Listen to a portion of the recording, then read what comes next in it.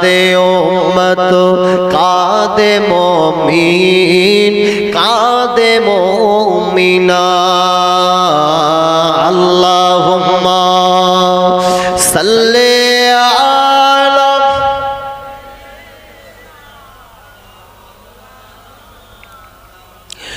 ওয়ালা আলি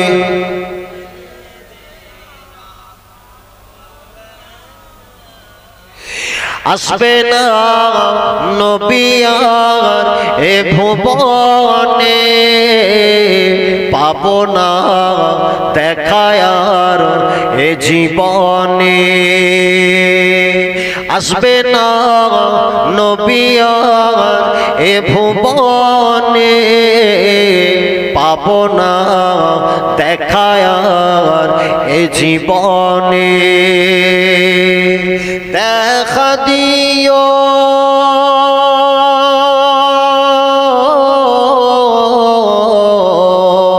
দেখা দিও দয়ারি নবী বিচারের দিনে কাঁদে উম্মত কাঁদে মুমিন কাঁদে মুমিনা কাঁদে উম্মত কাঁদে মুমিন কাঁদে মুমিনা খালি ভুবন রইল পড়ে মোর নবী এলো না কাঁদে উম্মত কাঁদে মুমিন কাঁদে মুমিনা আল্লাহুম্মা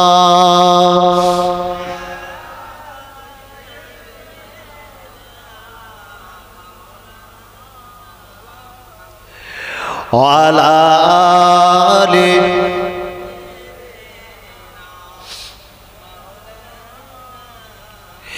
অসহায় এ দুনিয়ায় আমি যে সুপারিশ করো গো নবী দয়াময় অসহায় এ দুনিয়ায় আমি যে সুপারিশ করো গো নবী দয়াময় আশা ছিল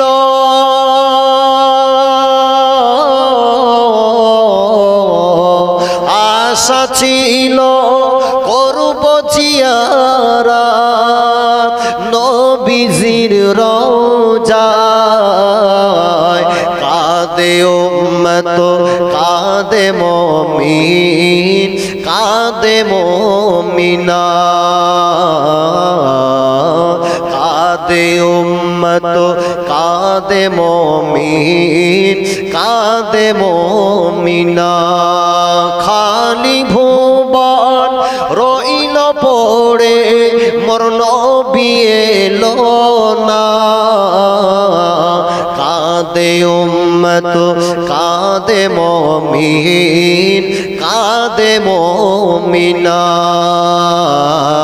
আল্লাহুম্মা সাল্লি আলা মক্কা বেঈমান বেদিনেরা কুফারে কুরাইশ দলেরা আল্লাহ নবীকে মারার জন্য একটা ষড়যন্ত্রের মিটিং তৈরি করেছে গোটা মক্কার বেঈমান গোটা মক্কার বেদিন একত্রিত করেছে আল্লাহ নবীকে মেরে দেবে আমার নবীকে জানে হত্যা করে দেবে আল্লাহ নবী আমার নবী হুজরা মোবারকে বাবাজি লক্ষ্য করে দেখা যায় আহারে আল্লাহ নবীর হুজরা মোবারকটা ঘিরে বেদিনেরা বেঈমানেরা সবাই যেন দাঁড়িয়ে গেল আগামীকাল সকালবেলা মুহাম্মদকে যে অবস্থাতে পাবো আমরা মুহাম্মদকে হত্যা করব আল্লাহ নবীকে মেরে দেবে আমার নবীকে জানে হত্যা করে দেবে আমার নবী বড় ভীত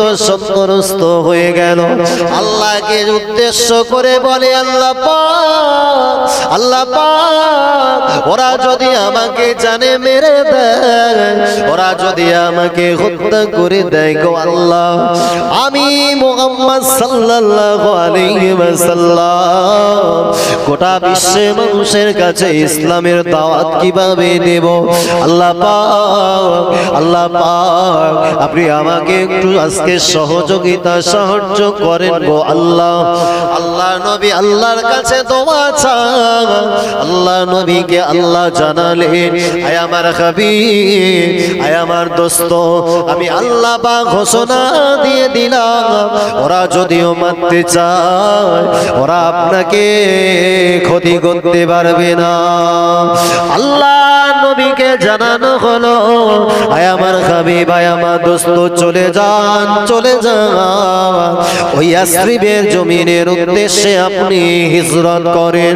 আল্লাহ নবী বেরিয়ে যাবে, লক্ষ্য করে দেখে গোটা মক্কা বেঈমানেরা একত্রিত হয়ে আল্লাহ নবী জানালা দিয়ে ওরা লক্ষ্য করে দেখে নবী আমার চাদর আবৃত অবস্থাতে শুয়ে রয়েছে। আল্লাহ নবীকে মেরে ফেলবে, সকালবেলা মারা হবে, কেননা সেই সময়ের বেঈমান বেদিনদের মক্কা জমিনে একটা প্রচলিত রেওয়াজ ছিল, মক্কার মানুষেরা যদিও বেঈমান বেদিন হতো তথাপিও তাদের রীতি অনুযায়ী কারোর বাড়িতে রাত্রের বেলা কোনো কারণে হানা দেওয়া যাবে না।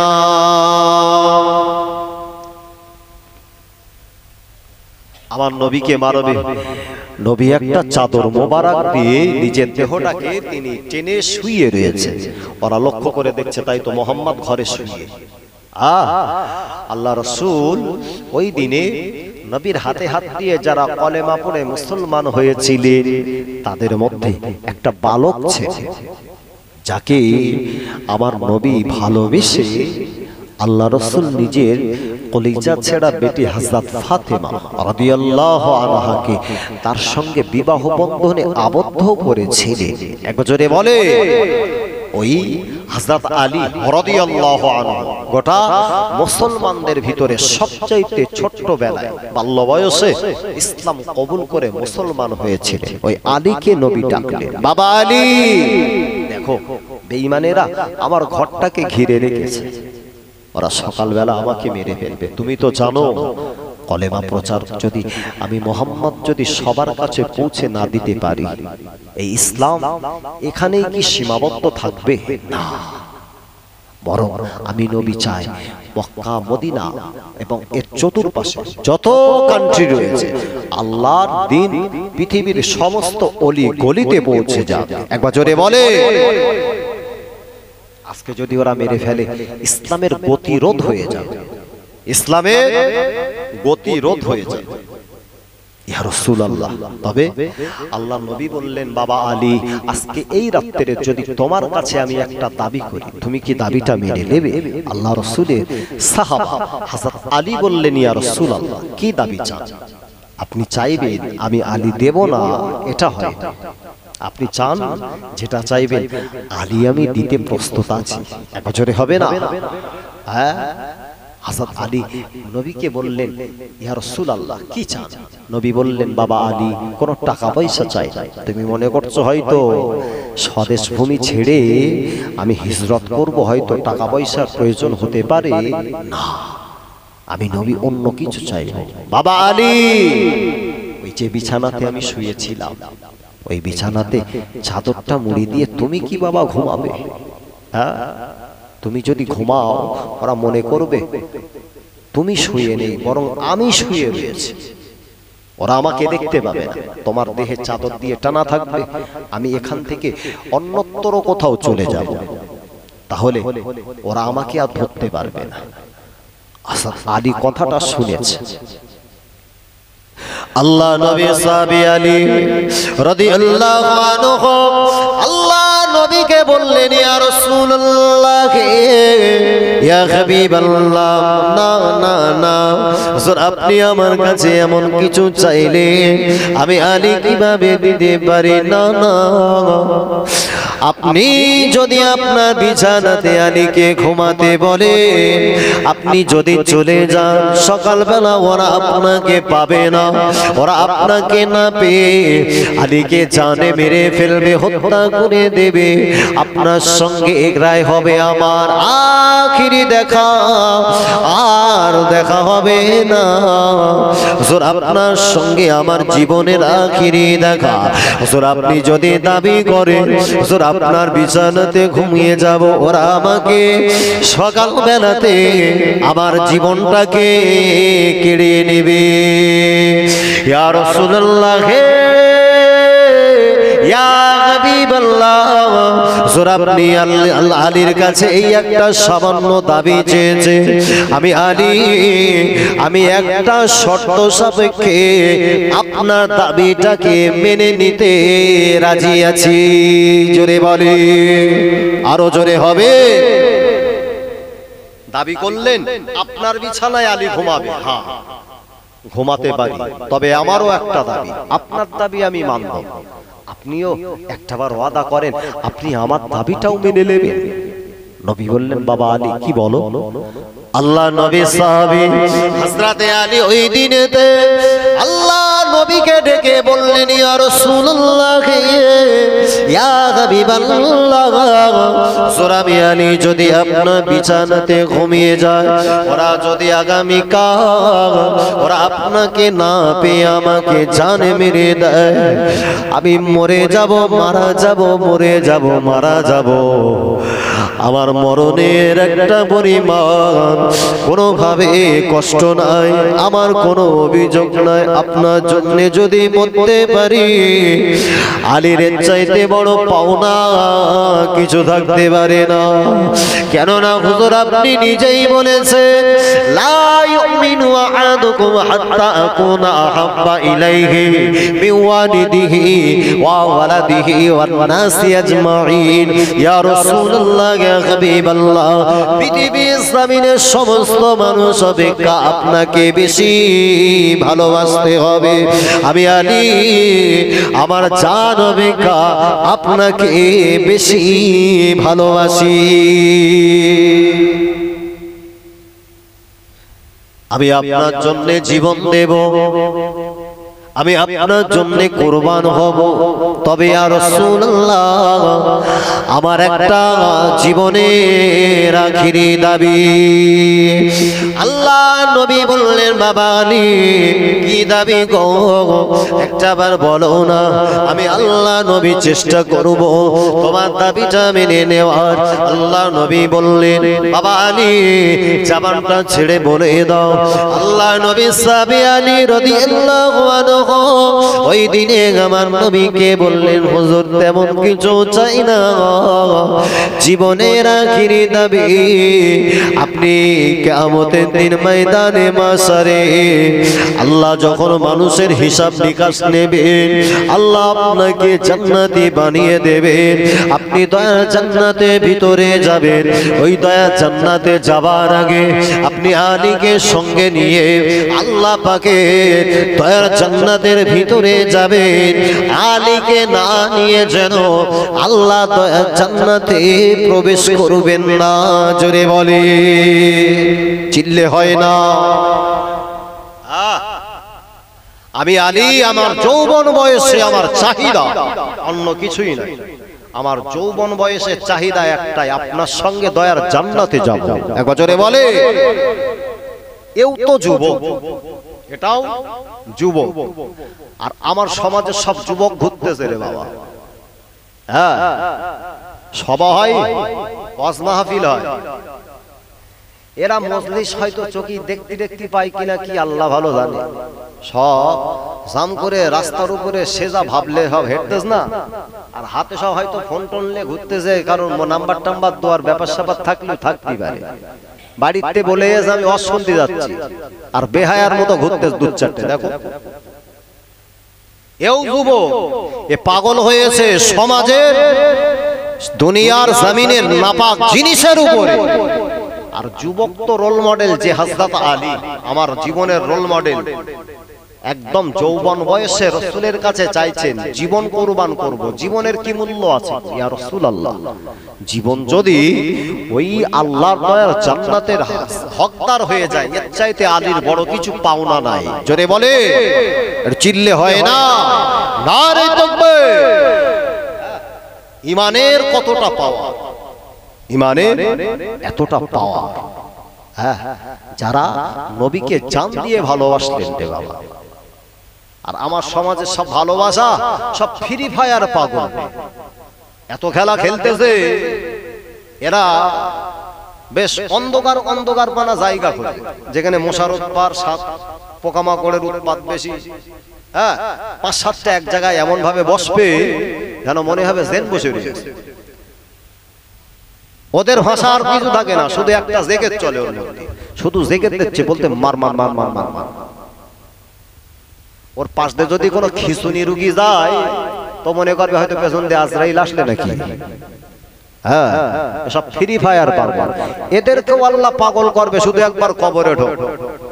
যেভাবে AK-47 ধরে যেরকম গ্যাট গ্যাট করে চালাচ্ছিস আর শুধু বলতিস মার মার, তোর বডি ওইভাবে আল্লাহ কবরে এইভাবে দাঁড় করাবে, বুক ঝাঁঝরা করবে শুধু একবার তৈরি হ।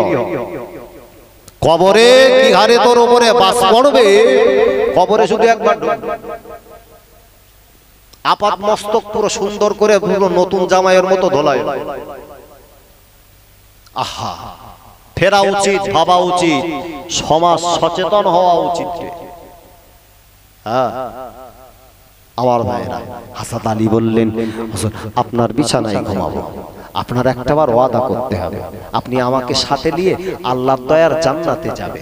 একবার জোরে বলে, আমি আর কিছু চাই না, আমার যদি আপনার সঙ্গে দয়ার জান্নাত হয়ে যায় এর চাইতে বড় পাওনা আলীর কিছু নাই। ইয়া রাসূলুল্লাহ, আপনি একবার শুধু বলেন, আপনি মেনে নিন, বলে আপনি শুধু বলবেন, আর আপনার জন্য মরণটাকে নিজের গলাতে আমি পরে নিতে রাজি আছি। এক বছরে হবে না? আল্লাহ নবী ওই সময়ে হযরত আলীকে ডেকে বললেন, বাবা আলী, ও বাবা আলী, চিন্তা করো না, না না না, আমি নবী কথা দিলাম, আমি আল্লাহ নবী বলে দিলাম, আমি আল্লাহ পাকের দয়া জান্নাতের ভিতরে যখন যাব, আমি তোমাকে সঙ্গে না নিয়ে আল্লাহ পাকের দয়া জান্নাতে যাব না। জোরে বলে, আমি আল্লাহ নবী দয়া জান্নাতে যাওয়ার আগে আমি তোমাকে সঙ্গে নিয়ে আল্লাহ পাকের দয়া জান্নাতের ভিতরে চলে যাব। আল্লাহ নবী সাহাবী আলী কথাটা শুনবা পরে আলী চোখ দ্বারা top top top top top top করে পানি গড়িয়ে যায়। আলীর অন্তরটা খুশি হয়ে গেল। আলী কেন কো কাঁদো বাবা, জানের কি ভয় হয় না? ইয়া রাসূলুল্লাহ, আমার চোখের যে পানি দেখে পানিটা কোনো দুঃখের পানি নয়, বরং আমি আলী একজন জান্নাতি হিসাবে সার্টিফিকেট পেলাম, আর চোখের পানিটা বার হয়, এটা আমার জীবনের সাফল্যতার এবং এটা হলো আমার জীবনের সুখের পানি। চোখে যে শুধু দুঃখের পানি আসে এমনটা না, অনেক সময় এমন কিছু আমার জীবদ্দশায় এমন কিছু ঘটে যা আমি এতটা খুশি হই, যা আমি ধরে না রাখতে পারে আবেগ প্রবণ হয়ে চোখ দিয়ে ফোঁটা ফোঁটা পানি পর্যন্ত গড়িয়ে যায়। আলীর চোখের পানি এটা। আল্লাহ নবী সাহাবী আলী রাদিয়াল্লাহু আনহু আল্লাহ নবীকে বললেন, ইয়া রাসূলুল্লাহ, ইয়া হাবিবাল্লাহ, চলে যাবেন, আখিরি বিদায়, দেখা হবে না। হুজুর আপনার সঙ্গে জীবনের আখিরি দেখা। আসসালামু আলাইকা ইয়া রাসূলুল্লাহ, আসসালামু আলাইকা ইয়া খায়র খালকিল্লাহ, আসসালামু আলাইকা ইয়া শাফিয়াল মুজনাবি, আসসালামু আলাইকা ইয়া রাহমাতাল লিল আলামিন। আল্লাহ নবী ওইখান থেকে সালামের জবাব দিয়ে আল্লাহ নবী এবার উকি মেরে দেখে বেঈমানেরা বেদিনেরা আমার উঠানটাকে ওরা বেষ্টন করে দাঁড়িয়ে আছে গো। আমি নবী এখান থেকে কিভাবে পার হব? আল্লাহকে জানালেন আল্লাহ পাক ওরা আমাকে পার হতে দেখলে আমার পিছনে ধাওয়া করবে। আল্লাহ আপনি আমাকে যাবার সুযোগ করে দেন গো আল্লাহ। আল্লাহ পাক আমার নবীকে জানালেন আয় আমার হাবিব চিন্তা করো না, ঘাবড়ে যেও না, আমি আল্লাহ জানিয়ে দিলাম জমিনে এক মুষ্টি বালি না, জমিনের এক মুষ্টি বালু নিয়ে বেদিনদের উদ্দেশ্যে ছুড়ে দাও। আমি আল্লাহ তাআলা জানিয়ে দিলাম, আমি আল্লাহ পাক বলে দিলাম ওই বালুটার দ্বারা আমি বেদিনদের কিছু সময়ের জন্য তাদের অন্ধকারে নিমজ্জিত করে দেব। জোরে বলি আল্লাহ নবী তেমনটাই করলেন। আসরাতারি লক্ষ্য করে দেখে নবী আমার ওদের মাঝখান থেকে গুটি গুটি গুটি গুটি গুটি গুটি গুটি গুটি বায়ে আল্লাহ নবী বেরিয়ে যায়। কিন্তু না না, বেঈমান বেদিনেরা আমার নবীকে কোনোভাবে দেখতে পায় না। আল্লাহ রাসূল গুটি গুটি বায়ে হযরতে আবু বকর সিদ্দিক রাদিয়াল্লাহু আনহু ঘরের দরওয়াজার গোড়ায় দাঁড়িয়ে গিয়ে একটা বাচ্চা বান দিয়ে আবু বকর বলে ডেকেছে। আবু বকর একটাই মাত্র আওয়াজ শোনার সাথে সাথে ঘরের দরওয়াজা খুলে দিয়ে আল্লাহ নবীর সম্মুখে দাঁড়িয়ে গেল। লাব্বাইকা ইয়া সাদাইকা ইয়া রাসূলুল্লাহ। আল্লাহ নবী দেখে আবু বকর নতুন সাজে সুসজ্জিত। আল্লাহ নবী হতবাক হয়ে গেল। বাবা আবু বকর, কি গো বাবা, তুমি তো রাতের বেলা ঘুমাওনি দেখছি, কেন জেগেছিলেন না ইয়া রাসূলুল্লাহ? আজ থেকে বিগত কয়েক মাস আগে আপনি আমাকে বলেছিলেন এই বেদিনেরা আপনার প্রতি যখন জুলুম অত্যাচার করবে আপনি মক্কা জমিন ছেড়ে চলে যাবেন। আমি আবু বকর আমি চাই না আল্লাহ নবী আমার ঘরের দরওয়াজার গোড়া থেকে ফিরে যাবে, আমার নবী আমাকে পাবে না। এই দুর্গম রাস্তা আল্লাহর নবী একা হেঁটে হেঁটে যাবে, আমার নবীর কষ্ট হবে না। না, আবু বকর মেনে নেবে না। তাই আমি আবু বকর ওই দিন থেকে আপনার জবানের কথা শুনবা পরে বিছানাতে রাতের বেলা পিঠ লাগাতে পারি না। জোরে বলি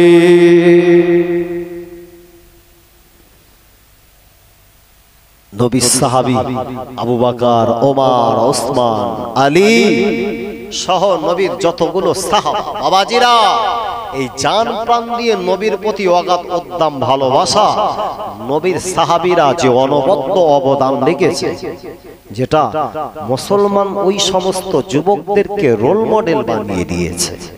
হ্যাঁ, নবীর একজন সাহাবা কিতাবের ভিতরে লক্ষ্য করে দেখা যায়, বুখারী শরীফে ৪র্থ খণ্ডের ভিতরে এসেছে আল্লাহ রাসূলের একজন সাহাবী ছিলেন, নাম হলো আল্লাহ নবীর ওই সাহাবীটির নাম ছিল হযরতে হামজা রাদিয়াল্লাহু আনহু।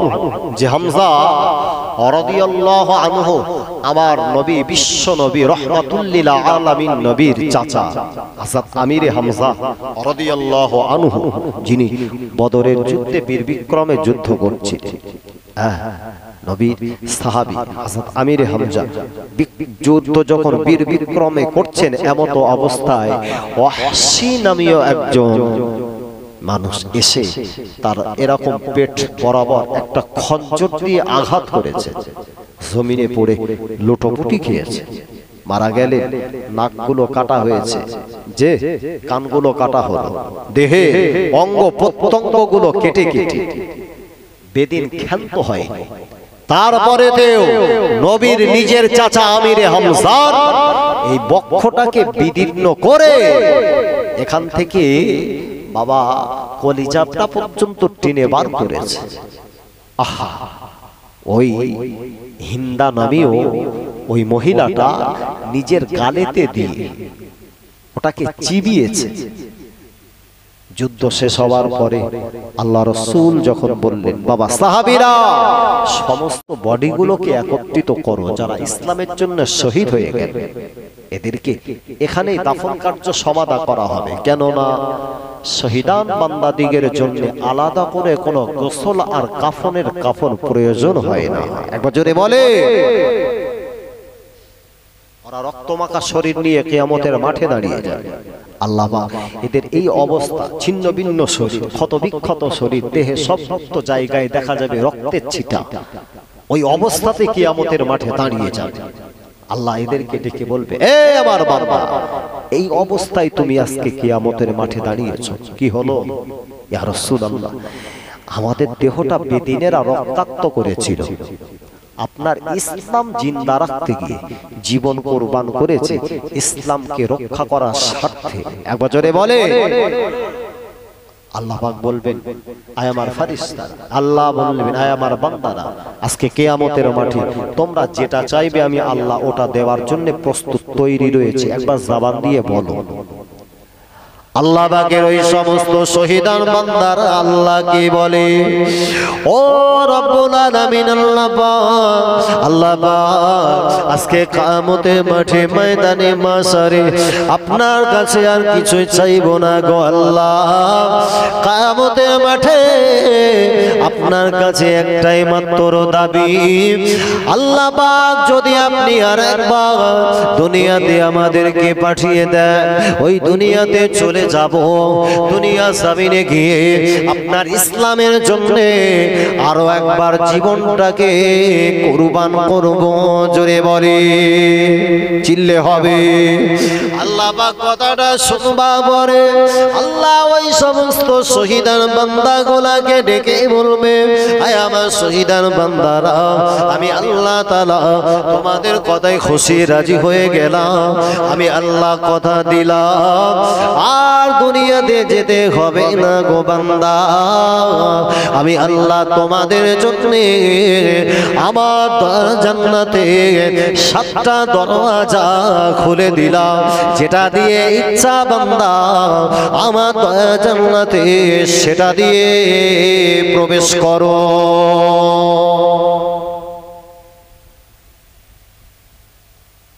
এরা জীবন দিয়েছে কিন্তু ইসলাম বিলীন করেনি, জীবন দিলে ইসলাম নষ্ট করে।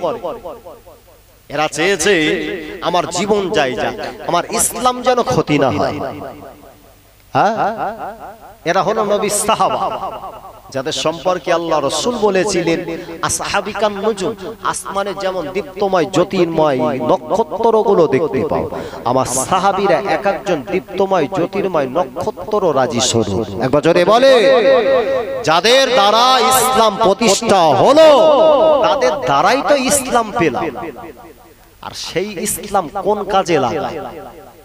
সেই ইসলামী সুশীতল ছায়া তলে থেকে নিজেকে মুসলিম হিসাবে দাবি করলাম, অথচ নবীর বিরুদ্ধাচরণ করতে আমি ভুলি, নবীর চরম বিরোধিতা করেছি, নবীর প্রতি শত্রুতা করেছি, নবীর প্রতি জুলুম করেছি, অত্যাচার করেছি।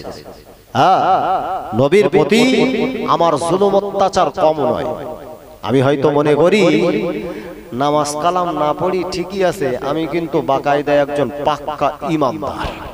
দেখবা কিছু হাইব্রিড কোয়ালিটির মুসলমান আমার গ্রামের সমাজে আছে। হ্যাঁ, মদও খায়, আবার বলে আমার চেনো, আমি কিন্তু সেই অমুক লোক, মানে ইমান একদম তরুতাজা, পুরো টস টস করতেছে। নাপাক হারাম পানি খেয়ে এমন এমন ভাষণ বলিয়া ওড়াবে যেন মনে হবে যেন আল্লাহর ফেরেশতা যেন এক্ষুনি আসমান থেকে ল্যান্ডিং করেছে। এ মুসলমান আমার সমাজে অহরহ। ইসলাম আমার দ্বারা কলুষিত হয়েছে, ইসলাম আমার দ্বারা কলুষিত হয়েছে, আমার দ্বারা ইসলাম কোনোভাবে আলোকিত হয়নি। তার কারণেই লক্ষ্য করে দেখবে আমার সমাজের যে সমস্ত মুসলমান ভাইয়েরা, বাবাজিরা নিজের মুসলিম পরিচিতি অর্জন করার পরেতেও নিজের মুখের সুন্নতি দাড়িগুলাকে রীতিমতো সপ্তাহে একবার দুবার করে নবীর গলায় ছুরি চালানো, নবীর বিরুদ্ধাচরণ কাজের সঙ্গে নিজে জড়িয়ে রাখে। আমি নিজেকে মুসলিম হিসাবে দাবি করলাম। নবী টোটাল 63 বছর জিন্দেগির লাইফস্টাইল আপনি অ্যানালিসিস করলে দেখতে পাবেন, নবীর তো টোটাল 63 বছরের সংগ্রাম ছিল। নবী সুদের রাস্তায় নো এন্ট্রি বোর্ড লাগিয়েছে। আজ মুসলমান ঘরের প্রায় প্রতিটা ঘরে ঘরে এই সুদের লেনদেন ঢুকেছে। সুদের লেনদেন প্রতিটা ঘরে ঘরে ঢুকেছে। সুদ থেকে বাদ যে সুদের টাকা খাওয়ার ব্যাপারে পরিষ্কার বলা হয়েছে, নিজের আপন মায়ের সঙ্গে জিনা করলে যে গোনা হয় তার চাইতে বড় গোনা এই সুদ নামীয় নাপাক জিনিস মুসলমান ঘরে অহরহ ঢুকেই আছে। চাচা 5 ওয়াক্ত নামাজ কালাম পড়ে, বলে আলহামদুলিল্লাহ। নামাজ করে করে দেখো খোকা, আমার চোখ পুরো এই জায়গাটা পুরো কালো করে ফেলিস। নামাজ পড়ে এই জায়গাটা পুরো কালো করে ফেলিস। আমার মতো নামাজি আমার এই গ্রামে আর একটা, আমি হলাম সবচেয়ে ইমানদার শ্রেষ্ঠ নামাজ। অথচ তার বাড়ির বউ নাই, তার বাড়ির পুত্রবধূ একেবারে গ্রুপ লোন কমিটির পুরো সেক্রেটারি চেয়ারম্যান হয়ে বসে গেছে। বলতে আমি খাইনি রে খোকা, খাইনি। পুত্রবধূ গ্রুপ লোনের সেক্রেটারি, প্রতিদিন স্যার এসে স্যারের একদম পুরো ধারের গা চেপে গিয়ে বসে। তার কারণ স্যারের সাথে যদি একটু খাতির ঠিকঠাক না হয় তাহলে পথ থাকবে না। এত নেমো হারাম, এত হারাম করবে বাবা। আবার নিজেকেই আমি উম্মতে মুহাম্মাদি হিসাবে দাবি করি। ফেরা উচিত, কষ্ট দেওয়ার জন্য বাপ কথাগুলা বলি।